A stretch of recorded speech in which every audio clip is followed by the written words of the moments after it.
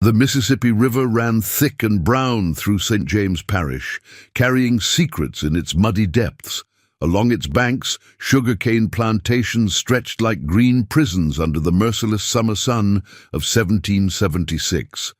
Among them stood Bellerive Estate, where 300 souls labored under the crack of leather whips and the weight of chains that clinked with every movement like a devil's symphony. Noah had no memory of the day he lost his voice. Some said it was fever. Others whispered darker truths, that Master Gautier himself had cut out the boy's tongue for crying too loud when his mother was sold downriver. The truth died with those who witnessed it, buried in unmarked graves beyond the cane rows where the soil was rich with forgotten bones. He was 23 now, tall and lean, with shoulders that remembered every lashing, every burden. His eyes held storms that his mouth could never unleash. While other slaves found small rebellions in whispered songs and coded spirituals, Noah's resistance lived in silence, a silence so profound it unnerved even the cruelest overseers. Tell me in the comments which country you are from and what you thought of this story. And if this story made an impression on you, subscribe to the channel so you don't miss any future stories. The morning began like any other in late July. Heat rose from the earth in shimmering waves, turning the air itself into something you could taste, thick, sweet, suffocating. Noah worked the second row alongside Samuel, an older man whose back was a roadmap of scars, each one telling a story of survival. "You hear about Rosewood Plantation?" Samuel whispered, his hands never stopping their mechanical work of cutting cane.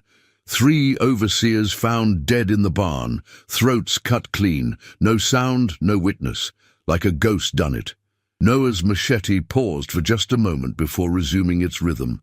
His face betrayed nothing, but something flickered behind those dark eyes, recognition perhaps, or calculation. "They saying it's the work of runaways?" Samuel continued, glancing nervously toward the tree line where Spanish moss hung like grey ghosts from ancient oaks. "But I don't know no runaway who'd come back just to kill. Takes a special kind of hate for that." The crack of a whip split the humid air.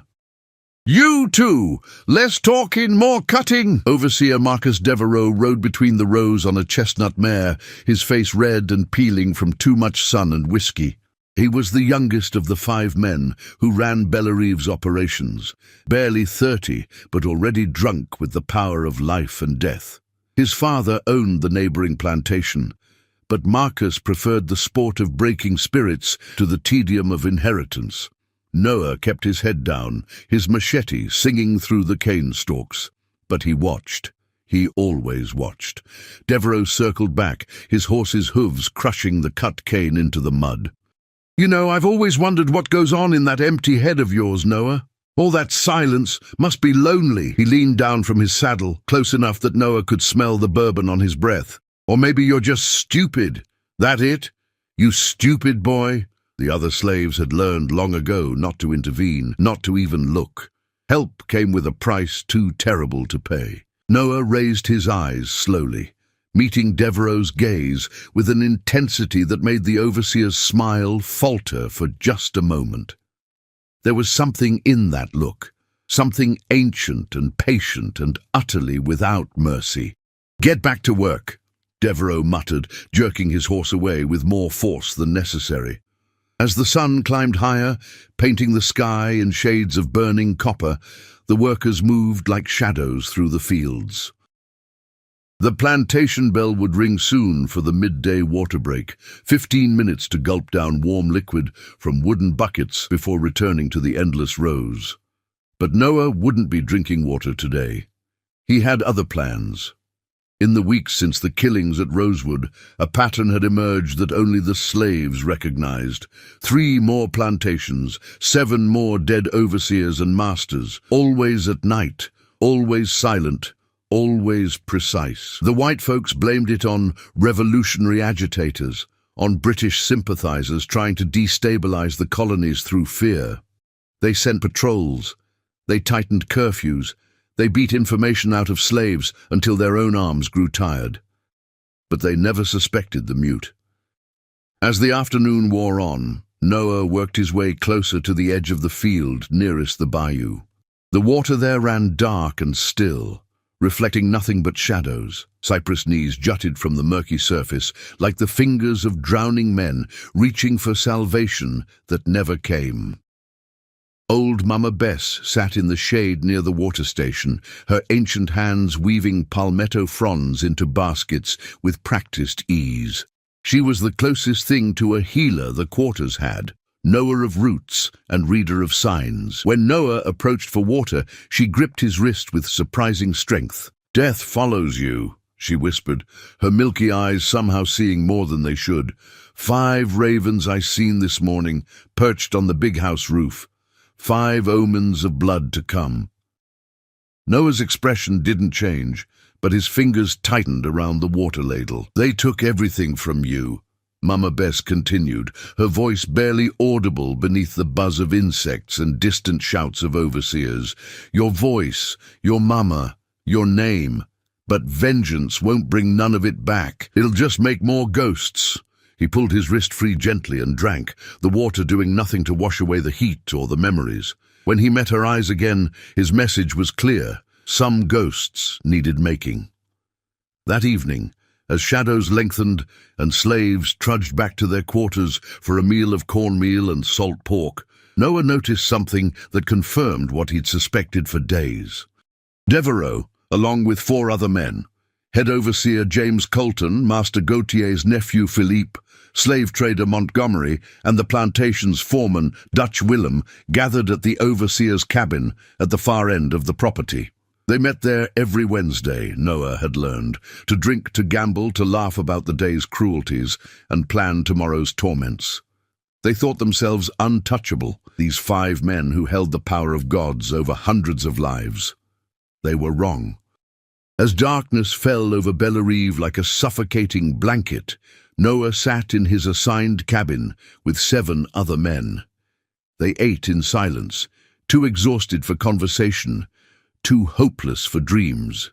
But while they slept, the sleep of the broken, Noah remained awake, his eyes fixed on the cracks in the wooden walls where moonlight crept through like silver knives.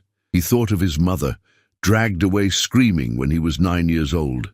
He thought of his sister, sold to a cotton plantation in Mississippi before her 12th birthday. He thought of the countless others whose names he couldn't remember, but whose suffering lived in his bones like a permanent ache. The plantation slept fitfully, accompanied by the chorus of night creatures, owls calling their haunting questions, crickets singing their endless songs, alligators sliding silently through bayou water in search of prey. Noah rose without sound, his movements practiced and precise. He'd learned long ago how to walk without disturbing the earth, how to breathe without making whispers, how to exist as nothing more than a shadow among shadows. Outside, the night air wrapped around him like a living thing. Stars pierced the darkness overhead, indifferent witnesses to all human suffering. Spanish moss swayed in a breeze that carried the scent of jasmine and rotting vegetation, the smell of Louisiana itself, beautiful and deadly in equal measure. He moved toward the overseer's cabin, where lamplight still flickered in the windows, and the sound of male laughter cut through the peaceful night like a violation. They were drinking heavily, he could tell. Good, drunk men made mistakes. From his place in the shadows, Noah could see them through the window, 5 men who'd built their lives on the broken backs of others, who measured their worth in human property, who'd never once considered that the silent slave might be the most dangerous of all. Devereaux stood at the center, demonstrating something with his hands, probably some new torture he'd invented. The others laughed, their faces flushed with alcohol and cruelty. Noah's hand moved to his waist where he'd hidden the tool of his vengeance, a knife he'd stolen from the plantation's smithy weeks ago, sharpened on stolen hours until its edge could split a hair lengthwise. It wasn't much, but in the right hands, wielded with the right purpose, it was enough. He'd waited so long for this, years of silence, years of watching, years of burning with a rage that had no voice but demanded expression nonetheless. Tonight, the first of the 5 would fall. Tonight, the mute would finally speak, in the only language these men understood, the language of blood. The cabin's foundation sat on cypress blocks, leaving a 2-foot crawl space beneath the wooden floor. Noah had discovered this weeks ago during his surveillance, noting every entrance, every weakness, every opportunity. While the 5 men drank and laughed inside, he slipped beneath the structure with the practiced ease of a snake returning to its den. The air under the cabin was thick with the smell of damp earth and mildew. Spiders had built intricate webs between the floor joists, and Noah carefully avoided disturbing them as he positioned himself directly beneath the poker table where the men sat.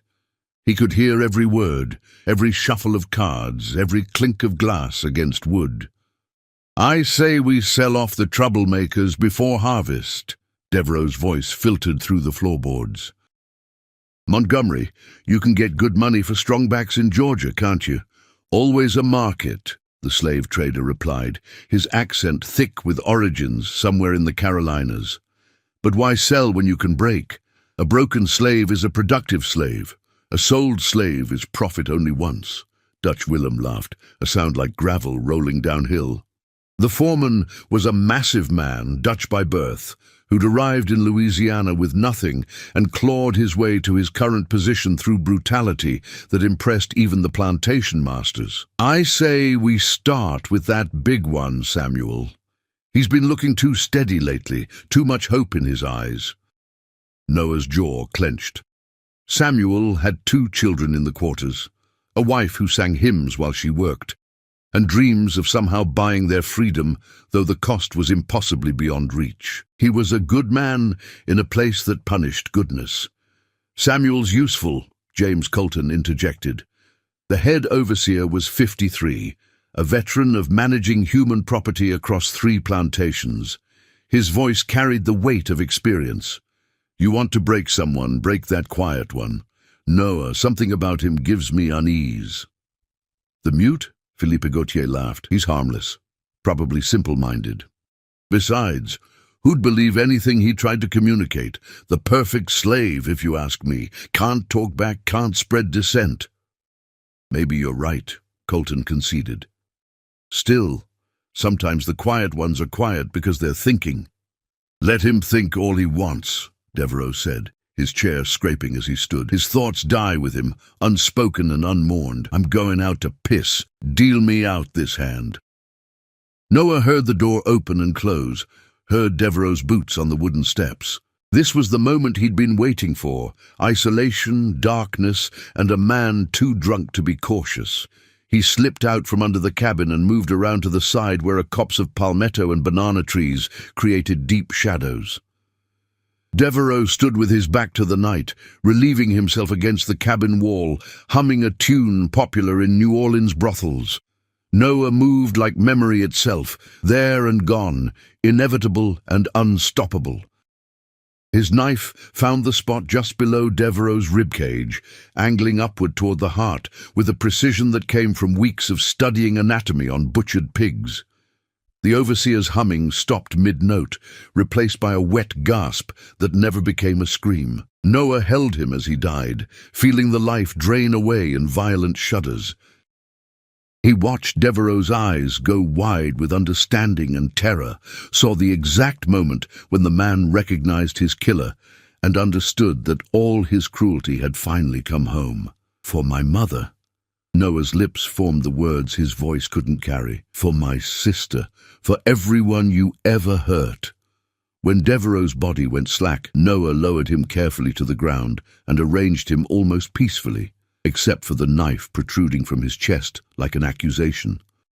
He left it there deliberately, let them know this wasn't an accident or illness, let them understand this was judgment. Inside the cabin, laughter continued, oblivious to the shift in the universe that had just occurred. Noah melted back into the shadows, his heart pounding but his hands steady, 1 down, 4 to go. He returned to the slave quarters, slipped back into his cabin, and lay on his thin mat as if he'd never left. Around him, his cabin mates slept the exhausted sleep of those who'd been worked past endurance. They didn't stir when he entered, didn't sense the blood on his clothes or the weight of what he'd just done. Noah closed his eyes but didn't sleep. Instead, he replayed every detail of the killing, examining it for mistakes or witnesses. There were none. He'd been as silent as smoke, as inevitable as dawn. In the distance, an owl called its lonely question to the night. In the bayou, something large splashed into water, and in Noah's chest, a heart that had learned to survive without voice beat steadily onward toward its appointed purpose. The discovery came at dawn.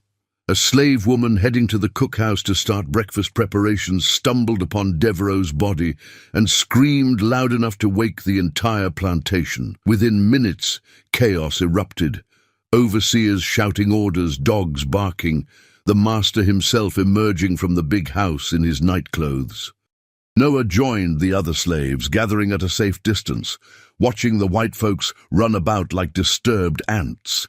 His face showed only the blank confusion expected of him, but internally he catalogued every reaction, every security measure they implemented, every change to their routines. Master Gautier stood over the body, his face ashen in the morning light. "Who did this?" he roared at the assembled slaves. "Which one of you committed this murder?" Silence answered him. The communal silence of people who'd learned that answering accusations only led to punishment, that innocence was no defense, that the safest response was no response at all. "Search every cabin," Colton ordered the remaining overseers. "Check everyone for blood, for weapons, for any sign of guilt." The search was thorough, but ultimately fruitless. Noah had buried his bloodied clothes in the bayou before dawn, weighted down with rocks where they'd rot unseen. The knife that killed Devereaux was the plantation's own property, bearing no special marks, and Noah himself showed nothing but the same blank subservience he always displayed. By midday, the parish sheriff had arrived, a portly man named Arsenault who'd built his career on maintaining order among the slave population through visible brutality. He questioned slaves randomly, striking those who met his eyes and striking those who didn't, finding patterns in innocence because patterns were what he expected. "This is revolutionary work," he announced to Master Gautier. "British agents stirring up the slaves. We've had reports of this in every parish. I'll send word to the militia." Noah listened to this fiction from his place in the cane field, where they'd been sent back to work, despite the morning's disruption. They could believe whatever comfortable lies they needed. The truth was simpler and more terrible. Their victims were learning to fight back. Mama Bess caught his eye across the rows. She made a small gesture, part warning, part acknowledgement. She knew. Perhaps she'd always known. But she said nothing, and Noah understood that her silence was a gift, complicity born of shared suffering and the recognition that sometimes justice required blood. That night, the remaining 4 men didn't gather at the overseer's cabin. Instead, they stayed close to the big house, armed and nervous. They'd begun to understand that they were vulnerable, that their power had limits, that someone was hunting them. But they made a crucial mistake in their fear. They assumed the danger came from outside their controlled world, from rebels or runaways or political agitators. They never looked closely at the slaves they saw every day, never considered that the greatest threat lived among them, silent and patient and utterly determined. As darkness fell again over Bellerive, Noah stood in the doorway of his cabin, looking toward the big house where lamplight blazed in every window, like the inhabitants were trying to push back the night through sheer illumination. Let them light their lamps. Let them post their guards. Let them convince themselves that walls and weapons could protect them from the consequences of their cruelty. He had time. He had patience.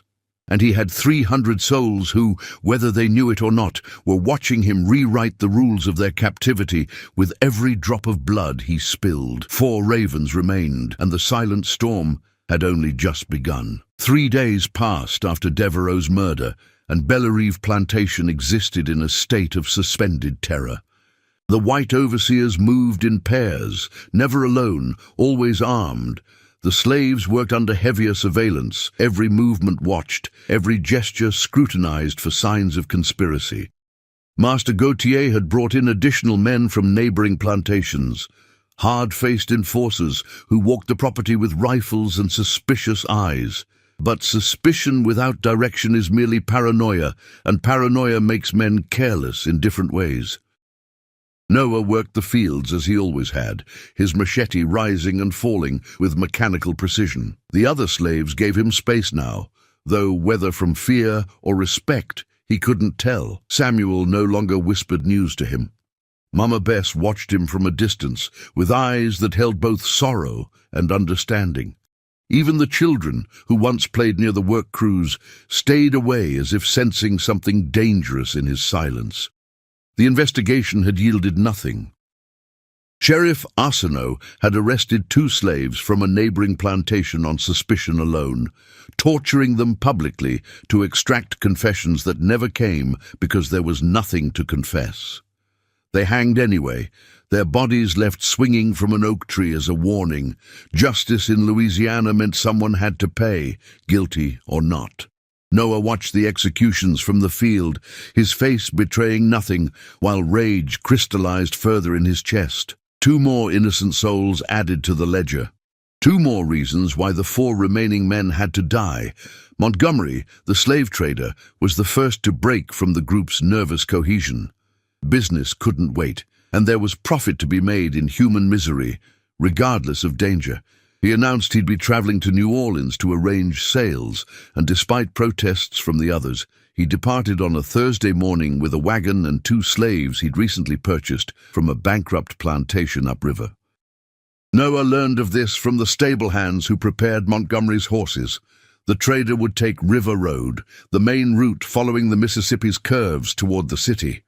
It was a 2-day journey through swampland and scattered plantations, with overnight stops at coaching inns that catered to travelers of Montgomery's particular trade. That evening, as the sun descended into the bayou like a bleeding wound, Noah approached Samuel during the brief moment when the work crews gathered at the water station. He caught the older man's eye and made a series of gestures, signs they'd developed over years of working together, a language of survival that transcended speech. Samuel's eyes widened slightly, then narrowed with understanding. "You asking to help with the barn work tonight?" he said loudly enough for the nearest overseer to hear. "Sure, we could use strong hands for moving those feed sacks." The overseer, a nervous young man named Petit who'd been hired after Devereaux's death, barely glanced their way. He was too busy scanning the tree line for threats that might emerge from the wilderness. Later, in the barn, as fireflies began their twilight dance, Samuel spoke in whispers while they hauled feed sacks. "You going after the trader?" Noah nodded once. "He's got 2 slaves with him, young men from upcountry. They won't help you, but they won't stop you either if they see what you're doing." Noah's hands moved in question. "Will you cover for me?" Samuel was quiet for a long moment, the weight of complicity heavy in the humid air. Finally he nodded. "I'll tell them you took sick, went to your cabin early. Mama Bess will back the story if needed." "But Noah..." He gripped the younger man's shoulder. "After this, they'll know it's someone from inside. They'll come down on all of us harder." Noah's eyes held Samuel's, and in that gaze was an answer that needed no words. "They already come down on us as hard as they can. What's left to fear?" That night, Noah slipped away from the plantation with practiced ease. The new guards were stationed at the obvious points: the main road, the dock, the path to the quarters. But Bellerive sprawled across hundreds of acres, and there were dozens of ways through the cane fields and into the swamp for someone who knew the land. He moved through darkness, thick as velvet, guided by starlight and the intimate knowledge of every path, every cypress knee, every alligator nest. The swamp was alive with nocturnal creatures, raccoons fishing in shallow water, night herons stalking prey, cottonmouths sliding between roots with lethal grace. Noah was just another predator among predators, hunting with purpose older than civilization. River Road wound through wilderness, broken occasionally by cleared land and plantation holdings. Montgomery would be at the Riverside Inn by now, the only coaching house between Bellerive and the New Orleans outskirts. Noah had passed it many times on forced marches when Master Gautier moved slaves between properties. He knew its layout, knew that the slave pens were separate from the main building, knew that men like Montgomery slept soundly there, confident in their invulnerability. He reached the inn near midnight. It sat on a slight rise above the river, a two-story structure of cypress planks with a wide gallery and stables behind. Lamplight glowed in two upstairs windows. The slave pen, a wooden enclosure with a locked gate, stood 50 yards from the main building, close enough for security, but far enough that the white patrons didn't have to hear the sounds of human cargo. Noah approached the pen silently. Inside, he could make out the shapes of several people, Montgomery's 2 purchases plus others awaiting sale or transport. As his eyes adjusted, one of the shapes moved to the fence. "Who there?" a young voice whispered. Noah pressed his finger to his lips, then made signs. "Friend, where is the trader?" The young man, barely 18, understood enough to point toward the inn. "Upstairs, room on the right." He chained the door from inside. "Always does." Noah nodded his thanks and moved toward the inn. The building's construction was simple, designed for function rather than elegance. External stairs led to the gallery that ran along the second floor, providing access to the guest rooms. He climbed with infinite care, testing each board before committing his weight. The wood was old and warped from humidity, but he found the quiet spots, the places where nails still held firm. Montgomery's door was indeed chained from inside. He could see it through the gap. But Louisiana buildings were designed for airflow in the suffocating heat, which meant windows, and windows meant opportunity. Noah moved along the gallery to Montgomery's window. It was open to catch any breeze, covered only by thin muslin curtains that billowed like ghosts in the night air. He could hear snoring inside, deep, rhythmic, the sleep of someone who felt secure. The window frame was wide enough. Noah slipped through with the fluid grace of water, landing silently on the wooden floor inside. The room smelled of sweat, whiskey, and tobacco. Montgomery lay sprawled on the bed, fully dressed except for his boots, one arm hanging over the side. On a small table lay the tools of his trade, ledgers recording human transactions, money pouches heavy with profit from misery, and a pistol that gleamed dully in the moonlight streaming through the window. Noah stood over the sleeping man for a long moment, looking at the face that had appraised thousands of human beings like livestock, that had separated families with the stroke of a pen, that had grown wealthy on the systematic destruction of souls. He thought of his sister, sold to Montgomery's associate. He thought of the 2 young men in the pen outside, purchased like furniture. He thought of every auction block, every chain, every child torn from its mother's arms so that men like this could afford fine clothes and good whiskey. His knife, a new one, stolen from the plantation smithy, caught moonlight as he raised it. Montgomery's snoring stopped abruptly as Noah's hand covered his mouth and the blade found his throat with surgical precision. The trader's eyes flew open, wide with shock and the dawning realization of mortality.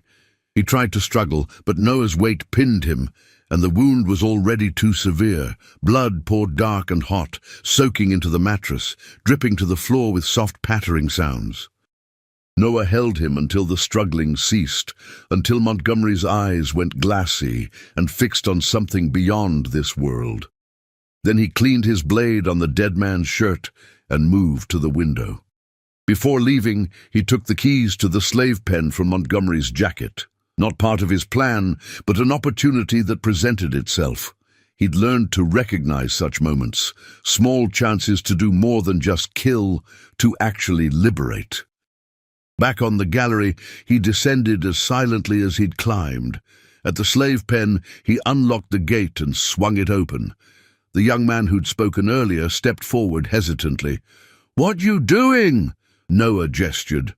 "Run, north, follow the stars."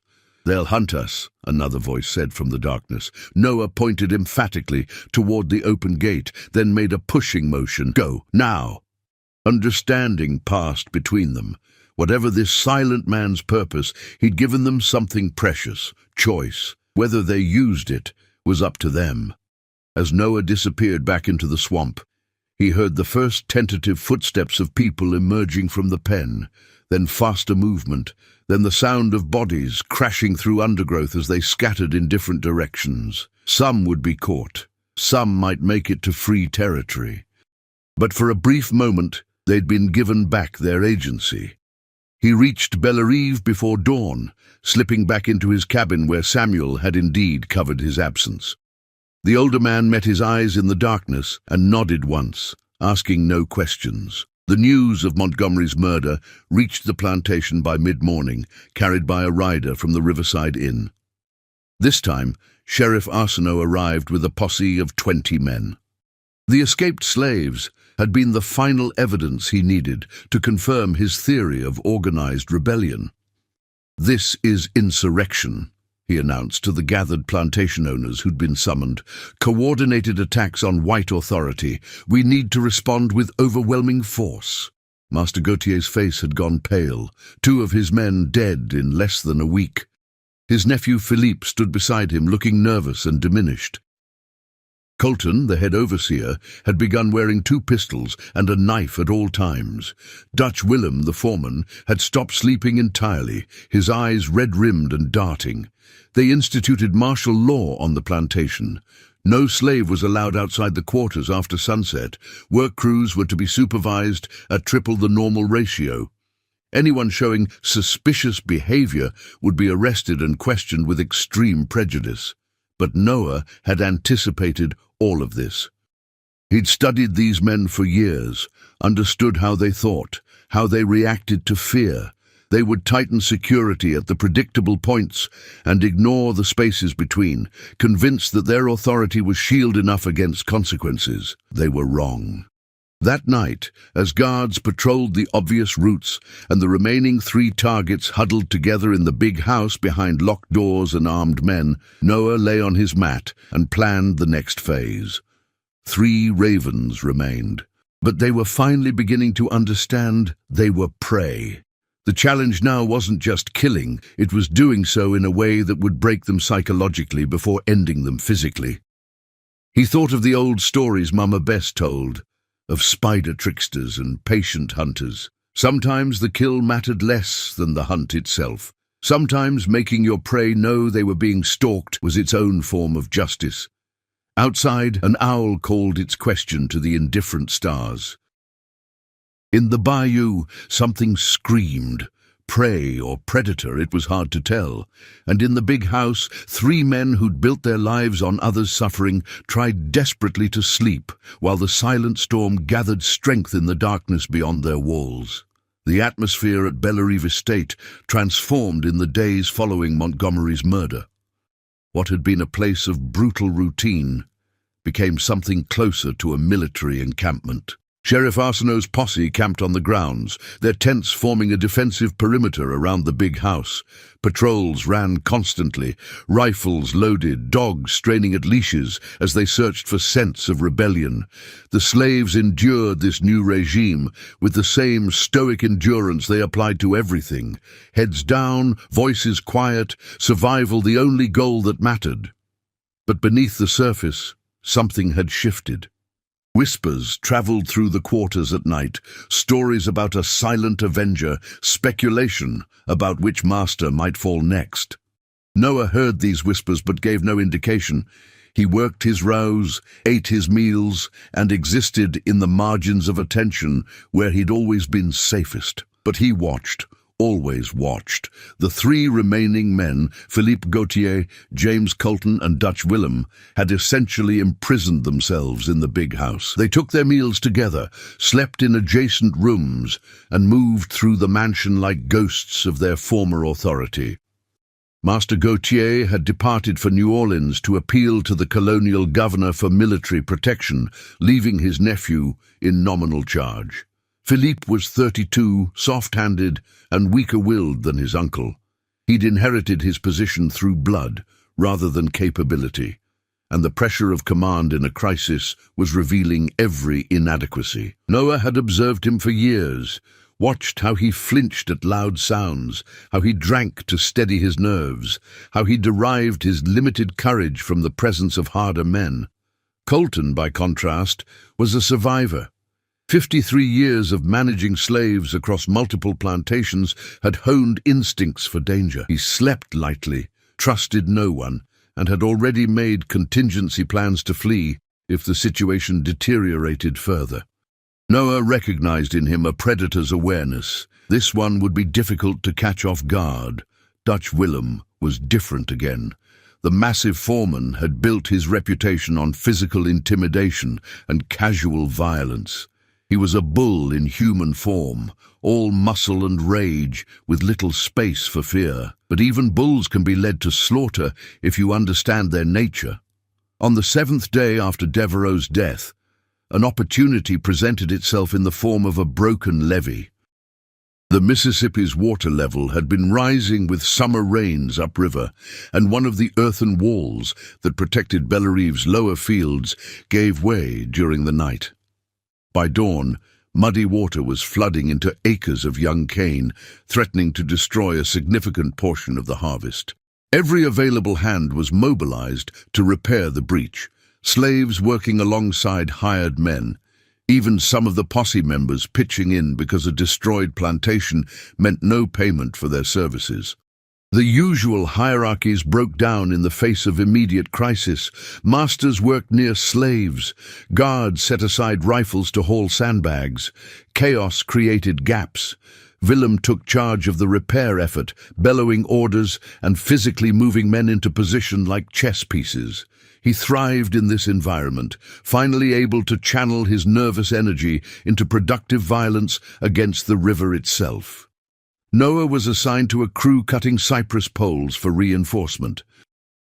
They worked in the swamp at the edge of the property, knee-deep in murky water, sawing through trees while cottonmouths watched from nearby branches. The work was dangerous enough that even the guards kept their distance, unwilling to wade into water that might hide alligators or sinkholes. Willem made periodic inspections, cursing the slaves for working too slowly, threatening punishment for any perceived laziness. On his third inspection, he noticed Noah. "You, the mute, you're strong enough. Get deeper, cut the larger trees, we need poles that'll hold against this current." Noah nodded and waded further into the swamp, ostensibly following orders. Willem watched for a moment, then turned to berate another crew member. The water here was chest-deep, dark as coffee, impossible to see through. Noah could feel things moving past his legs. Fish, snakes, perhaps something larger. The cypress he'd been directed to was old and massive, its roots spreading out underwater like grasping fingers. He began cutting, the saw's teeth biting into wood, and he waited.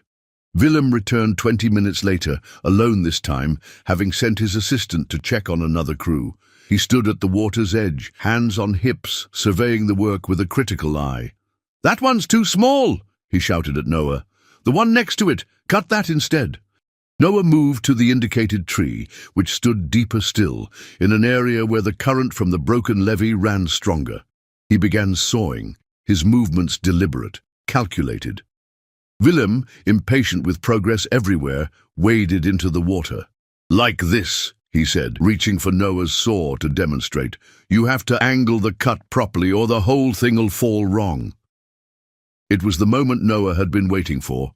Willem close, distracted, both hands occupied. But more importantly, they were in an environment Noah understood intimately, and Willem did not. As the foreman bent to show the proper cutting angle, Noah shifted his weight, and his foot found the submerged cypress root he'd located earlier.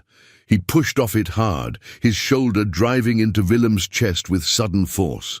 The massive man stumbled backward, his feet finding no purchase in the muddy bottom. He went under with a tremendous splash, surfacing a moment later, sputtering and enraged. "You clumsy," he began, then stopped as his leg caught in something underwater. His eyes widened. "My foot's stuck! Help me, damn you!" Noah stood perfectly still, watching, making no move to help. Making no move at all. Understanding dawned on Willem's face. "You. It's been you all along." His voice dropped to a whisper of horror, the silent one. The current from the broken levee was pulling at Willem's body, forcing him off balance. He struggled against whatever held his foot, roots perhaps, or mud, acting like quicksand. His movements became more frantic, which only made him sink deeper. "Help!"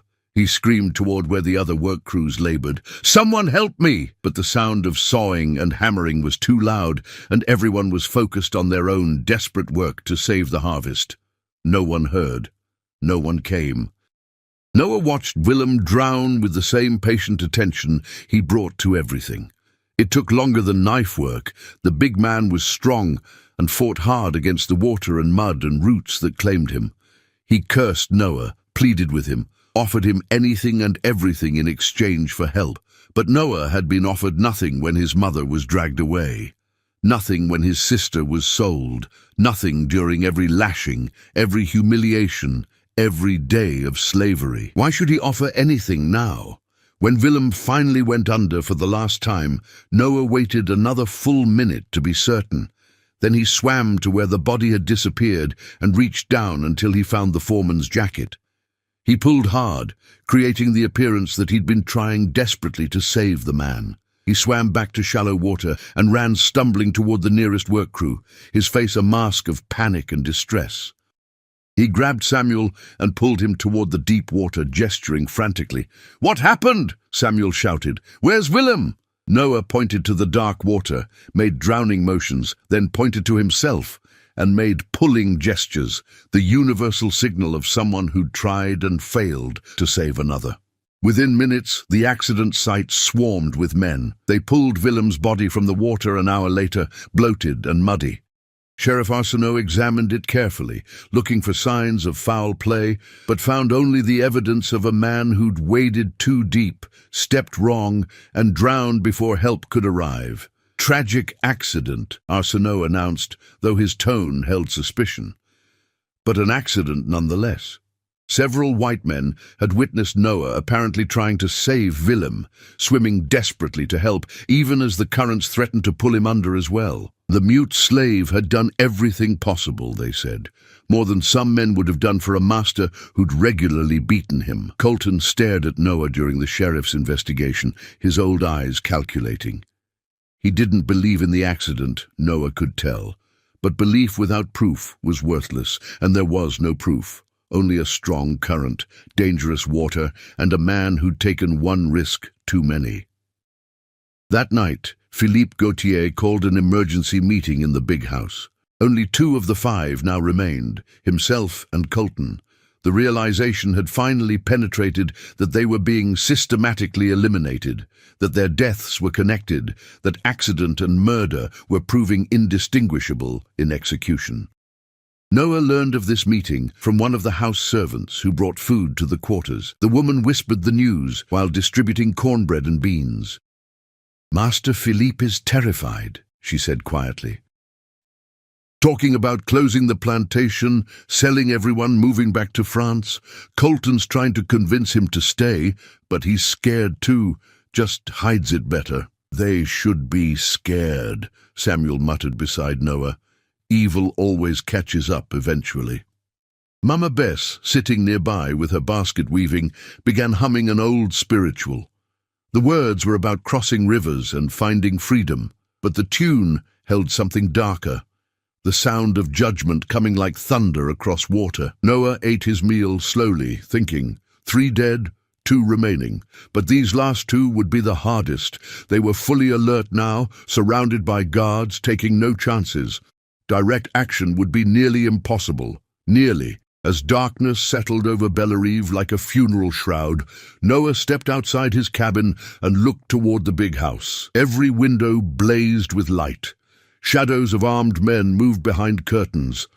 They'd turned the mansion into a fortress, convincing themselves that walls and weapons could hold back the reckoning. But fortresses have weaknesses. Every defense creates blind spots, and the strongest walls are still only as secure as the people manning them. He thought of his mother's face, nearly forgotten after all these years. He thought of his sister's screams as she was dragged to the auction block. He thought of all the nameless, faceless souls who'd suffered under these men's authority. 2 ravens remained, but the hardest kills were often the most necessary, the ones that required not just violence, but planning, patience, and a willingness to risk everything for justice that might never be acknowledged or appreciated. In the big house, Felipe poured his 3rd whiskey of the evening and tried to stop his hands from shaking. Colton cleaned his pistols for the 4th time, checking and rechecking the loads. Both men were prisoners of their own security, trapped by the consequences of their choices.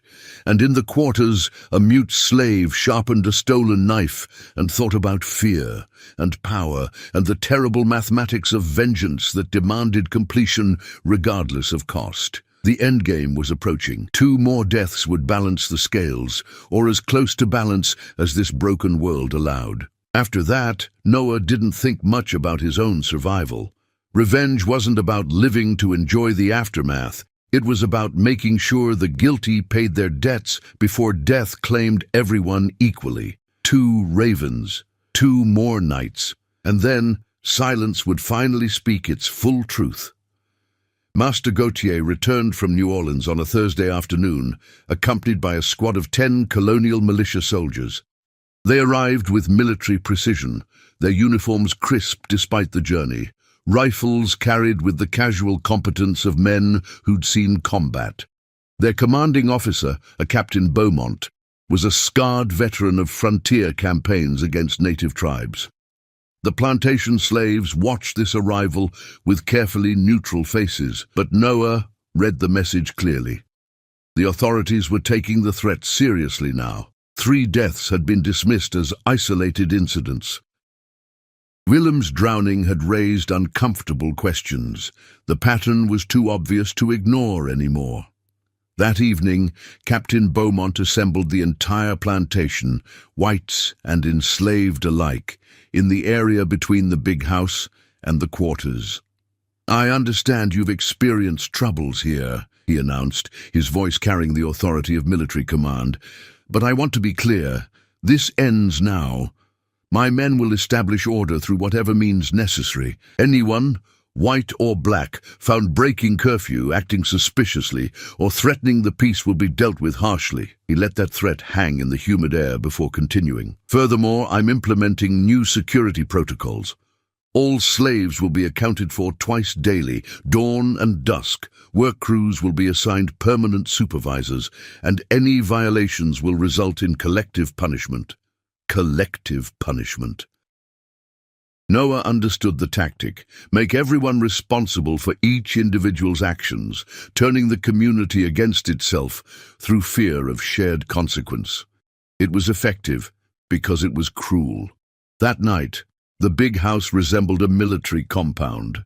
Sentries posted at every entrance, guards rotating every 2 hours. Even the windows were now barred, iron grates installed that very afternoon by the plantation blacksmith under armed supervision. Philippe and Colton remained inside this fortress, finally breathing easier. Surely with 10 trained soldiers, plus Sheriff Arsenault's remaining posse members, they were safe. Surely no slave, no matter how clever or vengeful, could penetrate such security. But Noah had learned long ago that security creates patterns, and patterns create opportunities. He watched the guard rotations from his cabin window, observed which soldiers took their duties seriously, and which grew bored or complacent. He noted that the kitchen still required staffing, that laundry still needed delivering, that certain slaves moved between the fortress and the outer buildings with supervised regularity. One of these slaves was Clara, an older woman who'd served the Gautier family for 30 years. She'd raised Philippe from childhood, knew his habits, enjoyed a degree of trust that even paranoia couldn't completely erase. She brought his meals, laundered his clothes, and maintained his rooms. Noah approached her 3 days after the militia's arrival, catching her during the brief evening period when slaves could move relatively freely under the new regime. He made his request through signs and gestures, knowing that what he asked was dangerous beyond measure. Clara studied his face for a long time, her own expression unreadable. "You're the one," she finally said. not a question, a statement of recognition. Noah nodded slowly. "They killed my son," she said quietly. 15 years ago, Colton beat him to death for breaking a tool, said it was destruction of property. My boy was 23 years old. Her eyes met Noah's, and in them he saw the same burning ember of rage he carried. "What do you need?"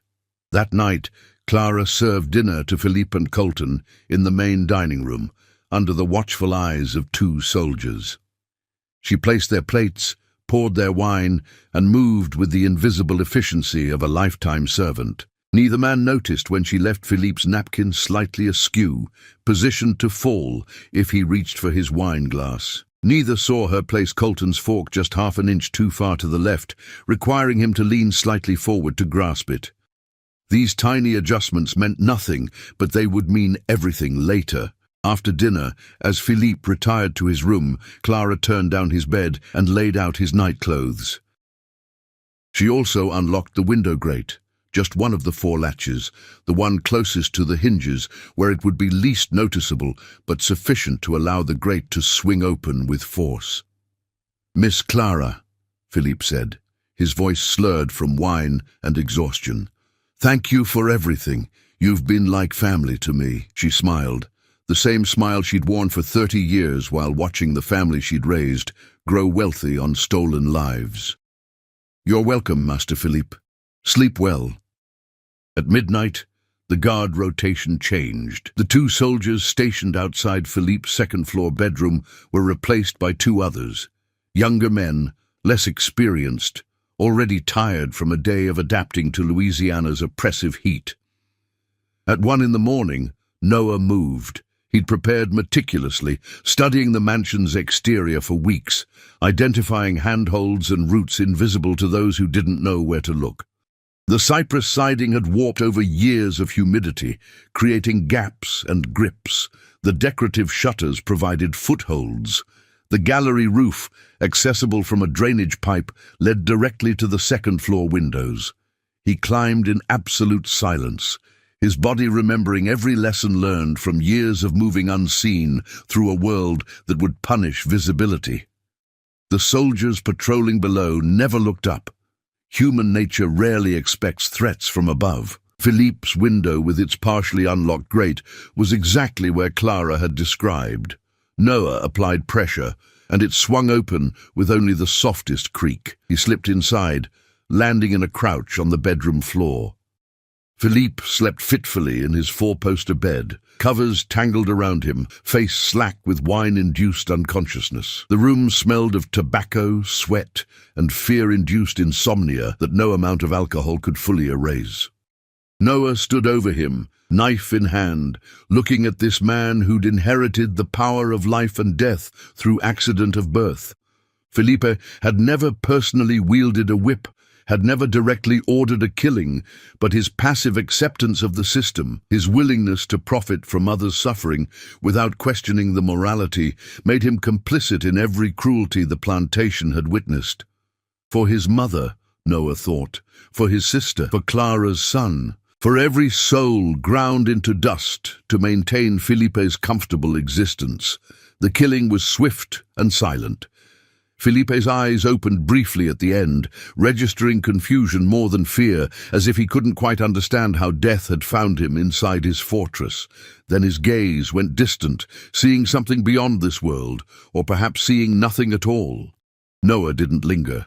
He moved back to the window, but before leaving he did something unexpected. He left the window grate hanging open, the body visible from the doorway, the scene arranged not to hide his action, but to proclaim it. Let them know. Let them understand their fortress meant nothing. Let Colton, the last raven, spend his final hours knowing he couldn't be protected. The climb down was as silent as the climb up. Noah reached the ground as the guards completed their patrol round. He melted back into shadows, crossed the open ground to the quarters in the blind spot he'd identified, and slipped back into his cabin where Samuel waited. "It's done," the older man whispered. Noah nodded. "God have mercy on us all," Samuel breathed. "They'll go mad when they find him." They did. The discovery came at dawn, when Clara entered to wake Philippe for breakfast. Her scream was genuine despite her complicity. Seeing death never grew easier, even when necessary. Within seconds, soldiers flooded the room. Captain Beaumont stood over Philippe's body, his scarred face expressionless, but his jaw muscles working with suppressed rage. Someone climbed up from outside. The window grate was forced open. "Impossible," Sheriff Arsenault protested. "We had guards everywhere." "Apparently not everywhere." Beaumont turned to his soldiers. "I want every slave accounted for. Check them for injuries from climbing, for blood, for anything suspicious. And bring me the one named Noah, the mute. I want to see his hands." They dragged Noah from the quarters an hour later, throwing him to the ground in front of the big house where Felipe's body had been carried out. Beaumont grabbed Noah's hands, examining them in harsh morning light. The hands were calloused, scarred from years of fieldwork, but showed no fresh injuries, no rope burns from climbing, no splinters, no blood under the nails. "Where were you last night?" Beaumont demanded. Noah pointed to his mouth and shook his head, the universal gesture of someone who couldn't speak. "He can't answer," Clara said, stepping forward despite the danger. "He's been mute since childhood. But I can vouch for him. He was in his cabin all night. I saw him there when I returned from serving dinner." It was a lie, but delivered with the conviction of someone who'd perfected deception over 3 decades of survival. Other slaves, prompted by her courage, corroborated the story. Noah had been in the quarters.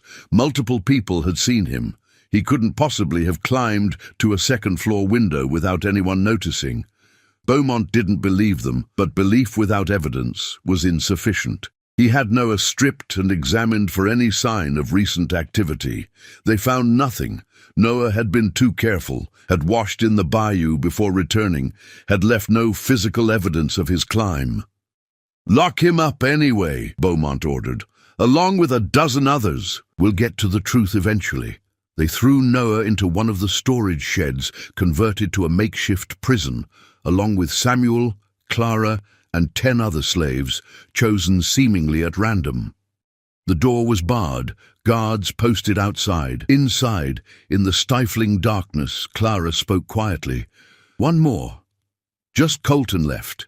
Can you finish it from in here?" Noah shook his head. Not from imprisonment, but he wasn't concerned. Fortresses worked both ways. They kept threats out, but they also trapped those inside, and Colton, the last raven, was now alone in his cage, surrounded by soldiers who'd failed to protect 2 men, knowing that somehow, impossibly, death was still coming for him. Fear was its own prison, Noah had learned, and sometimes the anticipation of vengeance was sweeter than the act itself. In the big house, Colton sat in the dining room surrounded by soldiers, a loaded pistol in each hand, eyes fixed on every shadow. He hadn't slept since Philippe's murder. He wouldn't sleep until he was far from Bellerive, far from Louisiana, far from whatever silent demon hunted him. But distance requires movement, and movement requires dropping one's guard, and guards, once dropped, are difficult to raise again. The endgame had arrived. One raven remained. And whether from inside a prison or beyond it, Noah would see his purpose completed. 5 days Noah spent in that stifling prison, along with the 12 other slaves Captain Beaumont had arbitrarily detained. They received minimal food and water, punishment for crimes unproven but suspected.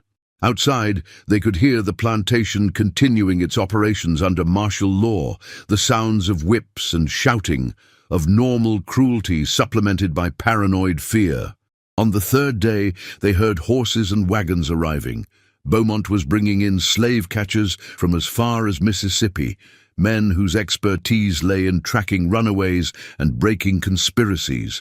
They brought dogs and instruments of torture, ready to extract confessions through methods that made even hardened overseers uncomfortable.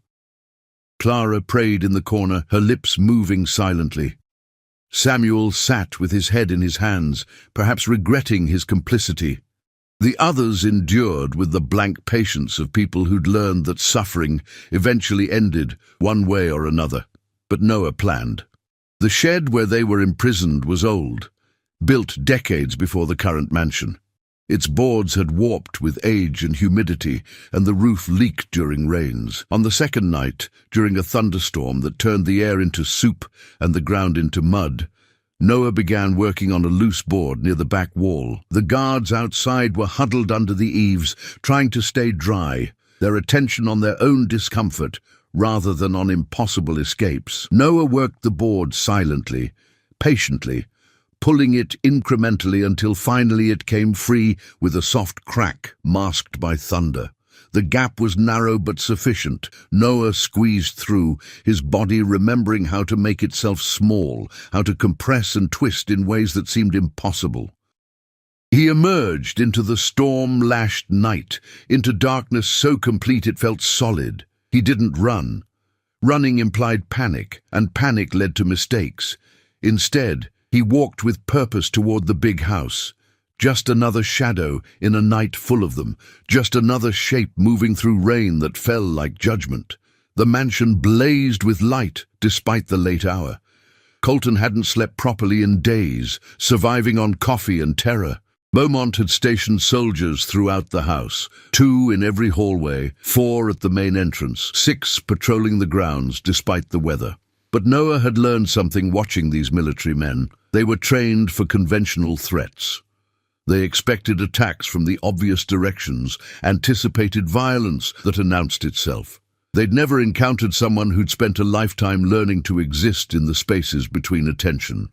He approached from the bayou side, wading through water that mixed with rain until distinguishing where one ended and the other began became impossible. The plantation's drainage systems emptied into the bayou through culverts large enough to crawl through, servants' entrances for water management that no one had thought to guard. Noah slipped into one of these culverts, pulling himself through 2 feet of muddy water that tasted of rot and earth. It led under the foundation to a grate that opened into the mansion's root cellar, a storage area for vegetables and preserved goods that connected to the kitchen through a narrow stairway. The grate was locked but old, its iron corroded by decades of moisture. Noah applied pressure until it broke free with a crack that was swallowed by thunder. He emerged into the root cellar, water streaming from his clothes, looking like something that had crawled up from hell itself. The kitchen above was empty. Even house servants were restricted to quarters after dark under the new security protocols. Noah moved through it silently, past familiar tables where he'd seen Clara work, past the massive fireplace where meals for masters were prepared while field slaves ate cornmeal and scraps. The mansion's interior layout was known to him through years of glimpses caught while delivering loads or making repairs.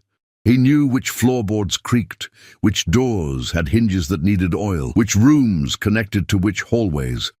Colton had barricaded himself in Master Gautier's study on the first floor, a room with only one entrance and windows that faced the front of the house where soldiers patrolled constantly.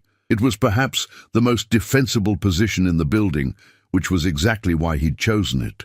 But defensive positions assumed threats from outside. Colton had forgotten that the real danger had been inside his walls all along. Noah moved through the mansion like smoke, avoiding the obvious routes where soldiers stood guard. He used the servants' stairs, the narrow passages designed to let enslaved people move through the house without being seen by those who preferred to pretend. Their comfort appeared magically without human effort. He reached the hallway adjacent to the study near midnight. 2 soldiers stood outside the door, alert despite the hour, rifles held ready. They'd been hand-picked by Beaumont, his best men, stationed to protect the final remaining target. Noah observed them from the shadows of a side corridor. Direct confrontation was impossible, but direct confrontation had never been his method. In the supply closet nearby, he found what he needed: lamp oil stored for refilling the mansion's many lights. He also found matches, candles, and cleaning rags. The materials of illumination could become the materials of destruction with minimal adjustment. He retreated to the kitchen and prepared his attack with the same careful attention he brought to everything. The storm was subsiding, rain diminishing to drizzle, but the night remained dark and close, perfect conditions for what came next. He started fires in 3 locations: the drawing room at the front of the house, the library on the 2nd floor, and the dining room adjacent to the study where Colton hid. Small fires initially, using lamp oil to help them catch, feeding them with curtains and furniture until they built heat and momentum. By the time the first soldier noticed smoke, flames were already spreading with hungry efficiency through the dry wood and fabric that filled the mansion. The alarm went up like a shriek. "Fire! Fire in the house!" Chaos erupted instantly. Soldiers ran for water buckets. Servants were roused to help fight the blaze. The defensive perimeter around Colton's position dissolved as men rushed to prevent the mansion from burning completely. Colton emerged from the study, a pistol in each hand, his face wild with fear and understanding. He knew this was no accident, knew that somehow his hunter had breached the fortress, knew that fire was simply means to an end. He ran for the front entrance, where the concentration of soldiers was thickest, where he might find safety in numbers. But Noah had anticipated this, had positioned himself along that route, had turned the entire mansion into a trap that funneled his prey toward inevitable judgment. They met in the front hallway, amid smoke and confusion and the roar of spreading flames. Colton saw Noah and his eyes went wide with recognition and horror. "You," he gasped. "It's been you all along, but you're supposed to be locked up." Noah said nothing because he never said anything. He simply advanced through the smoke like a manifestation of consequence, knife gleaming in the firelight.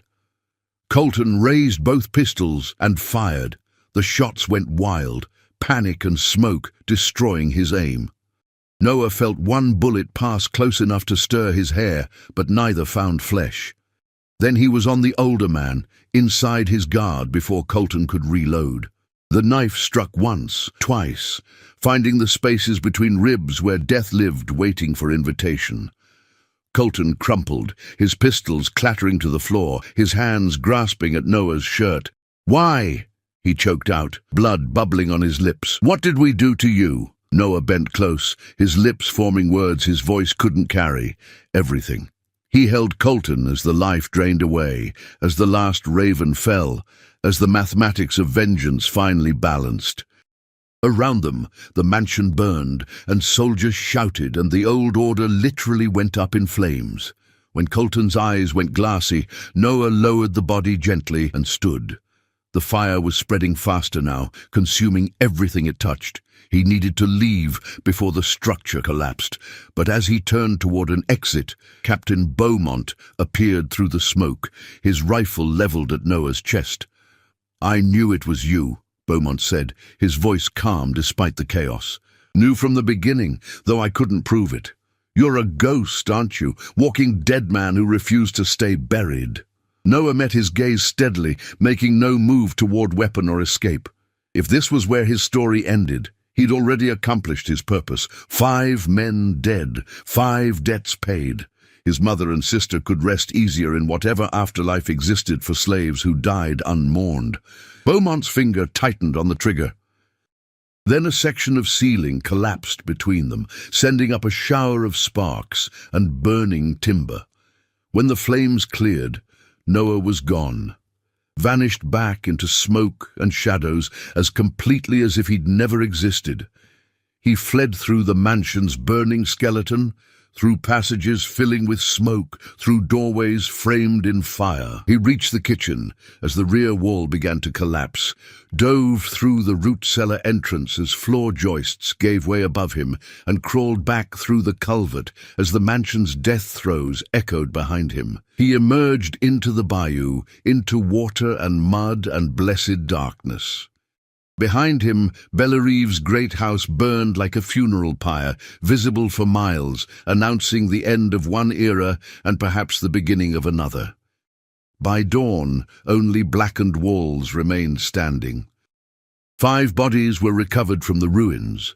Colton plus 4 soldiers who died fighting the fire or trapped by collapsing structures. The rest of the household had escaped, but the heart of the plantation's power had been destroyed. Master Gautier, when he returned from New Orleans, found his empire in ashes. The mansion was gone. His nephew and head overseer were dead. The remaining slaves were scattered. Many had fled during the chaos, including the 12 who'd been imprisoned. Captain Beaumont reported that the fires had been arson, possibly set by the same individual responsible for the murders, but the perpetrator had perished in the flames. They'd found no body, but in such intense fire, complete cremation was possible. Gautier eventually sold what remained of Bellerive to a merchant from Charleston and returned to France, a broken man who'd learned too late that power built on suffering is ultimately unstable. The new owner imported a new overseer, new slaves, tried to rebuild what had burned, but stories had spread along the river, tales of a mute slave who took vengeance on 5 masters, who walked through fire like a spirit, who reminded everyone that the enslaved were still human and humans, when pushed far enough, push back. Noah himself disappeared into legend. Some claimed he died in the fire. Others swore they'd seen him on various plantations up and down the Mississippi, still silent, still watching. A few whispered that he'd made it to free territory up north, that he lived there under a new name, finally able to speak, because his vengeance had given him back his voice. The truth was simpler and sadder. Noah had escaped to the deep swamp, to the places where even slave catchers feared to venture. He lived there among the cypress and cottonmouths, among the alligators and the ghosts of countless others who'd chosen death by wilderness over life in chains. He survived 2 more years in that green hell, his body eventually giving out from infection, malnutrition, and the accumulated damage of 25 years of brutality. He died alone, under a sky he'd rarely been allowed to look at, surrounded by a freedom that was really just another kind of prison. But before he died, on nights when the moon rose full over the bayou and Spanish moss swayed like memories in the breeze, he would sometimes smile. Not from joy. Joy was a luxury slaves couldn't afford.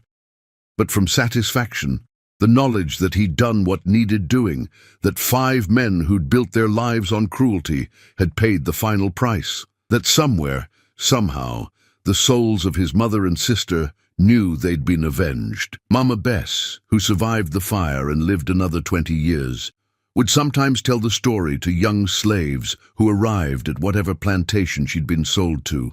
She'd tell them about Noah, the mute slave who found his voice through blood. She'd tell them about the 5 ravens who fell one by one.